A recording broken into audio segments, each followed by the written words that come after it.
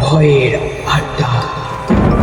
যারা এখানে আসবে তাদের সমাপ্তি হবে অন্ধকারে। হ্যালো বন্ধুরা, ওয়েলকাম ব্যাক ভয়ের আড্ডার নতুন একটি এপিসোডে। তো আজকে যে আমাদেরকে ঘটনাটি পাঠিয়েছে তার নাম হলো প্রীতমের জীবনের সাথে ঘটে যাওয়া সত্য ভৌতিক ঘটনা আজকে আমি তোমাদের সাথে শেয়ার করব। তো চলো বেশি কথা না বাড়িয়ে ঘটনায় যাওয়া যাক। আমি প্রীতম আজ অনেক ভেবে একটা ঘটনা শেয়ার করতে চলেছি।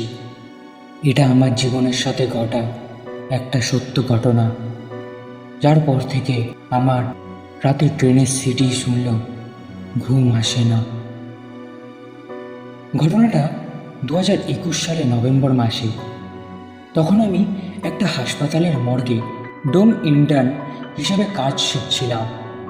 রাতের শিফট ছিল, ডিউটি 12টা থেকে শুরু। সেই রাতে অ্যাম্বুলেন্সে করে একটা দেহ আসে, ট্রেনে কাটা পড়া বডি। আমি প্রথমবার দেখছিলাম, তাই একটু ভয় ভয় লাগছিল আমার। খুব কম বয়সে জীবন থেকে এত তাড়াতাড়ি আলাদা হয়ে যাওয়া একটা শরীর। কিন্তু আসল গল্পটা সেখান থেকেই শুরু মর্গের ভেতর থেকে। দেহটা এন্ট্রি করার সময় খেয়াল করলাম ডান হাতের আঙ্গুলগুলো শক্ত করে মুঠো করা, যেন মরার পরেও কিছু আঁকড়ে আছে। আমি দেহ পরিষ্কার করতে গিয়ে একজনকে বলেছিলাম, হাতটা একটু ছাড়িয়ে দিন তো। সাথে সাথেই ফ্রিজারের বাল্ব টুক করে নিভে গেল। আমি বুঝলাম না কি হলো। তারপর আমার সিনিয়র একরকম মস্করা করেই বলল, এমন কথা বলিস না, যারা চলে গেছে সব সময় যেতে চায় না। আমি হালকা একটু মুচকি হাসলাম, কিন্তু সেই হাসি 3 মিনিটও টিকল না। আমি মর্গের সিকিউরিটি রুমে গিয়ে দেখি, সিসিটিভি ফুটেজ চেক করতেই দেখি যেখানে মরাটিকে রেখেছিলাম সেই ফ্রিজারের দরজাটা একটু খুলে গেছে। যদিও আমি আর আমার সিনিয়র দুজনেই তালা লাগিয়ে এসেছিলাম সেখানে, তবু খোলার তো কথা নয়। আর আমার সব থেকে অদ্ভুত লাগলো, দেহটা দেখি ঠিক একইভাবে শুয়েছিল, কিন্তু ফুটেজে মাঝে মাঝে হাওয়ার মতো ঝাপটা দেখা যাচ্ছিল, যেমন কেউ দেহটির চারপাশে ঘুরছে। আমি জুম করতেই স্ক্রিন নড়ে উঠল, আর 1 সেকেন্ডের জন্য দুটি শব্দ ফুটেজ উঠল। শব্দটা বুঝতে পারিনি তেমন, আমি ভেবেছিলাম হয়তো ক্যামেরার কোনো গ্লিচ। কিন্তু পরে ঘটনাটা আমাকে আর সন্দেহ করতে দেয়নি।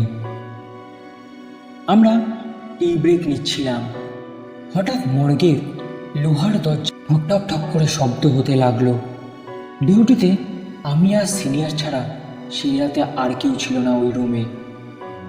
আমি টর্চ নিয়ে এগোলাম মর্গের দিকে। দরজার অন্য পাশে 4টে লাইন, একটা তীর্যক, ঠিক মুঠিবদ্ধ হাতে নখের চিহ্নের মতো। তখন আমার সিনিয়রও একটু ভয় পেয়ে যায়। সিনিয়র শুধু বলল, দাগটা মুছিস না, থাকতে দে ওরকম।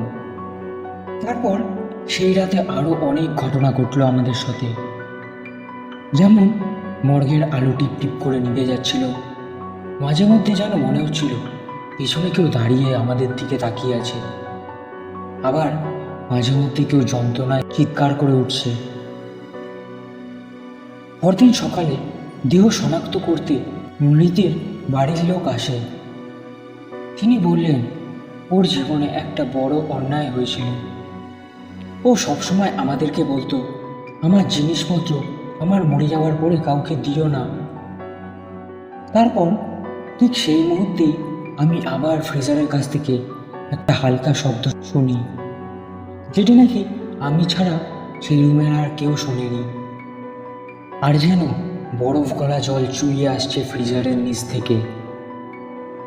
আমরা ছুটে যাই, আর এই প্রথমবার বডির হাতের মুঠিটা ঢিলা হয়ে গেছে, যেটা আমি রাতে ছাড়াতেই পারিনি। ওটা নিজে থেকেই ছেড়ে দিল দেখলাম। তারপর আমি ভাবলাম এটা কি করে সম্ভব। তারপর আমি মৃতের আঙ্গুলের ভিতরে দেখি একটা ছোট বোতামের মতন অংশ। তারপর মৃতের বাড়ির লোক এসে দেহ নিয়ে যায়। দেহ সৎকারের পরদিন আমি মর্গে একটা সাদা খাম পেলাম, ভেতরে একটাই লাইন, যেন কেউ হাত দিয়ে লিখেছে, কিন্তু কালি যেন রক্তে ফ্যাকাশে হয়ে গেছে। আমি এবার পুরো শান্ত হয়ে যাই। আমি অনেকদিন কাউকে বলিনি, কারণ আমি নিজেই বুঝতে পারিনি চিঠিটা কেউ কবে রেখে গেল, কেই বা সেই চিঠি হাতে লিখলো, কেনই বা সেই মৃতের বডির পাশ থেকে পাওয়া গেল। সেদিনই আমি প্রথম ভয় পেলাম। তো বন্ধুরা, তারপর আমার শরীরটা কয়েকদিন খুবই অসুস্থ ছিল। তো তারপর আমি এখন ধীরে ধীরে সুস্থ হয়ে উঠি, কিন্তু এখনও যেন সেই মর্গে গেলে আমার গা কাঁপতে থাকে।